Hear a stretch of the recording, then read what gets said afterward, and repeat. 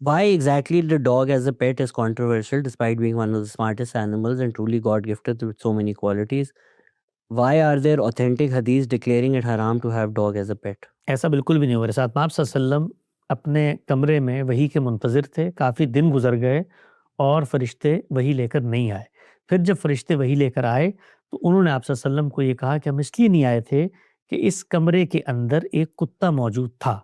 تو آپ صلی اللہ علیہ وسلم نے جب اس طرف دیکھا تو وہاں پر کتے نے غلاظت کی ہوئی تھی، گندگی کی ہوئی تھی. اس پر آپ نے پانی پھیرا، اس جگہ کو صاف کیا اور اس کے بعد فرشتہ آنا شروع ہو گیا.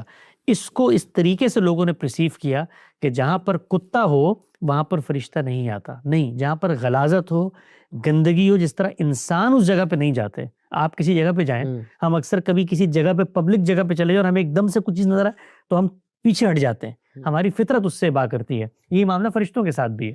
تو فرشتہ اس وجہ سے پیچھے ہٹا، اس کو لوگوں نے یوں پرسیو کیا کہ گویا کتا اصل وجہ ہے. تو کتا تو اللہ کی مخلوق ہے. وہ کتا وہاں پر اصحاب کہف کے پاس باہر بیٹھا ہوا تھا اور فرشتے آ رہے تھے. قرآن مجید کہتا ہے کہ ان کو رزق پہنچ رہا تھا. کہاں سے پہنچ رہا تھا؟ وہ اصحاب کہف جو 7 سلیپرز ہیں ان کے پاس کتا وہاں پر بیٹھا ہوا تھا. اس کتے کے بارے میں قرآن مجید نے بتایا کہ جو شکار کرتا ہے یہ ہمارا علم ہے جو ہم نے اس کو سکھا دیا ہے. تو دین میں کتے کی کوئی ممانعت نہیں ہے، کتے کی کوئی حرمت نہیں ہے.